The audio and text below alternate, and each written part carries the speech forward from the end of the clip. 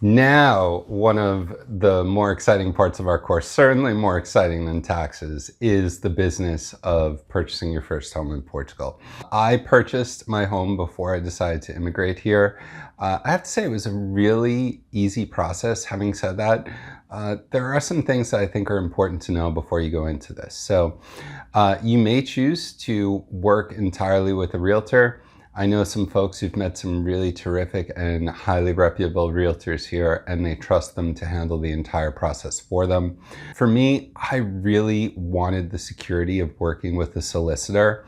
So that was what was best for me. I think having someone to represent you, I just think it's really important, especially in a country where I wasn't speaking the language. I wasn't going to understand what the documents that I was signing said.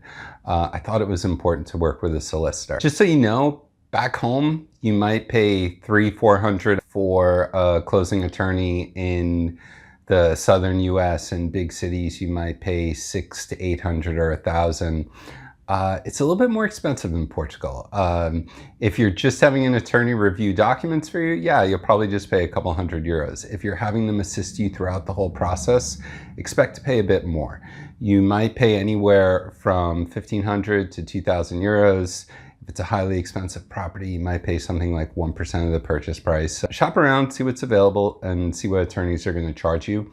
Also, if you're doing one big move, you're retiring and you're moving your life here to Portugal. So you and your spouse are going to apply for your visas, you're going to purchase a home together, you're making a lot of big life decisions all at once, and you want support in that, talk to a solicitor and see if they're going to offer you one standard rate. A lot of them will. They might include the purchase of your home, your visa applications, they might support you during your CEF interview, they might assist you with opening a bank account, getting a mortgage, and they'll give you one flat rate for all of that. So me personally, I think if I could have someone assist me with all those things and it was going to cost me 1,500 or 2,000 euros, I think that's a great deal, but that's my opinion. So see what works for you and what fits your budget as well. So now let's get down to the business of searching for a home. Number one, when you're searching for a home, do your homework. Check out some of the Portuguese websites. Idealista.pt is a great place to start.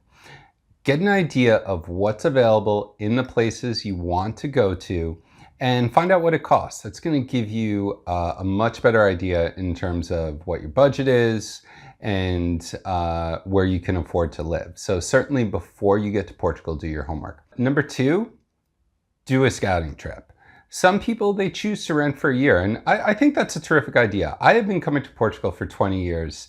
I've been coming to the same town, and I knew where I wanted to be. So for me, it was much more straightforward. But for some folks who've never been here, coming to Portugal, it's an entirely new experience. So if that's what you choose to do and you want to live for a year and explore the country, I think that's a great idea.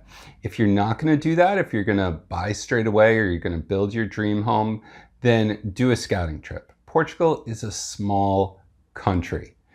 Get in country, visit Portugal, and think about what cities you want to base yourself out of and where you're going to travel to.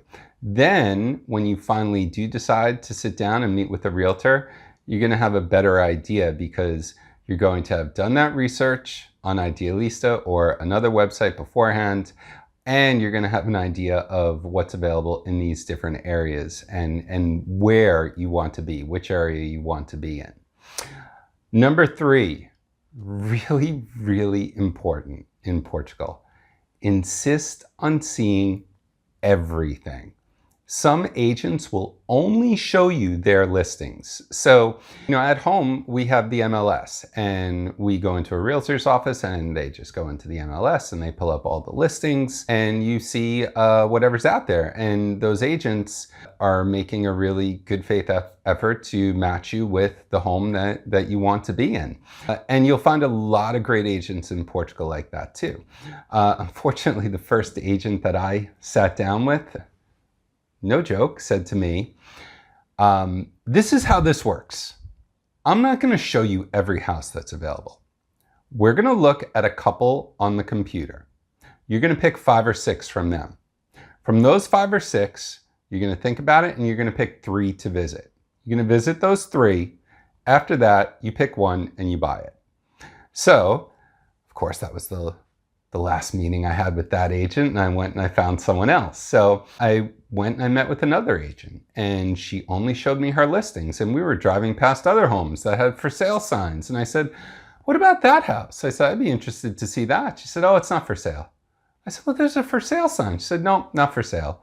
I went on Idealista and I looked and the house was for sale. So when I decided to work with a realtor, I went in and I said, I want to know, do you show all the homes that are available in the area, or will you only show your homes? And she said, I will show you everything. She said, I'm trying to sell homes for my clients. I'm certainly going to show you mine. I'm going to show you mine first. You can look at those, but those won't be the only homes that you'll see. I'll show you everything that's available. So go in armed with that knowledge and insist on seeing everything that's available.